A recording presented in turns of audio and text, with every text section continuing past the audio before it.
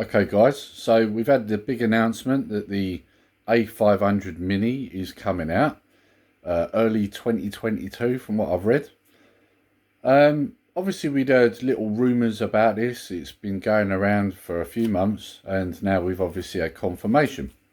So just wanted to talk about it because I've wanted an Amiga for quite some time. I had a A500 Plus growing up as a kid. I also had the 1200.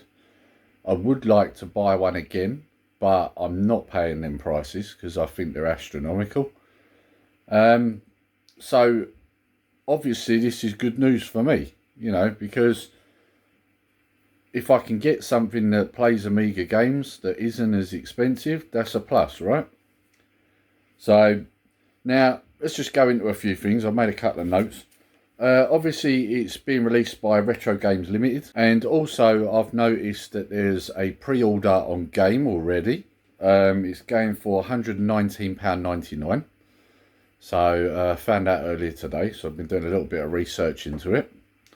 And while I've been looking things up, I've found a few things. Like for example, watching people's YouTube videos, there's been a lot of people saying about the fact that it's not got a working keyboard, which is something they'd like. And I've got to admit, I mean, if ideally I would have liked it with a working keyboard.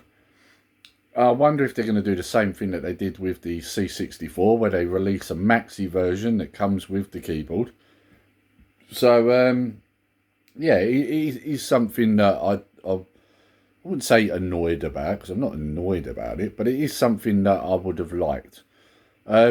However, something I did realise is there is a kind of workaround for people who want the keyboard and don't want to have to plug a USB one in, because really, let's be honest, if you've got to plug a USB keyboard in, you're kind of taking up the room, as much room as an Amiga anyway, aren't you?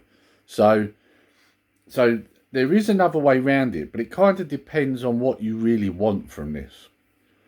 I'll tell you my way round it, and then I'll tell you what I think afterwards. So, a few months ago, the Pi 400 come out, and obviously people in the community have been downloading Pi Amiga for it, which will run Amiga games. There are a couple it's a little iffy with, but there are constant updates, so these things are being fixed.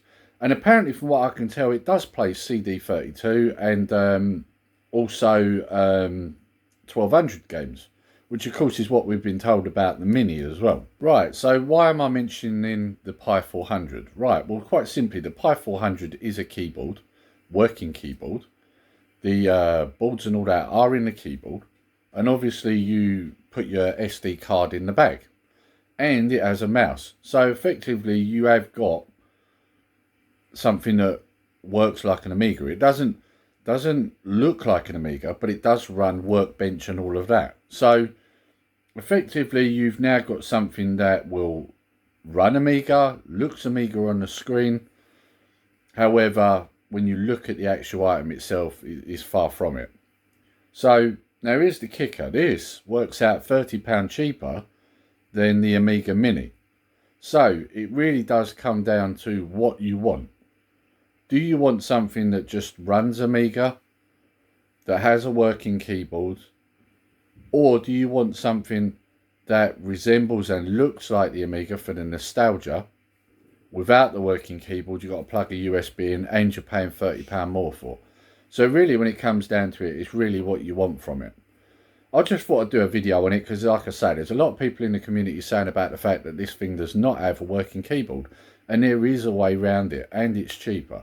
So, like I say, it really does come down to personal choice. But I just thought I'd do a video on it, you know, just to point it out. Because, like I say, the Pi 400 has been around for a little while now. And I know a few people who have actually got it. And it does seem to do a pretty good job of running Amiga games. So really, when you think about it, there's been something out that does this already. So I mean, you can even run it on a normal Raspberry Pi 4, but of course then you've got to plug a USB keyboard in. It takes up much more room, whereas the Pi 400 is a keyboard with it all inside, so it's all there. The only thing that's separate from that is the mouse. So like I say again, it's really down to personal choice what you're after, what you want to get out of the actual system. But like I say, it's £30 cheaper, so I just thought I'd point it out. Right, okay, so that's all I really wanted to say. And until the next video, guys, take care, stay safe, Nerdy Geezer out.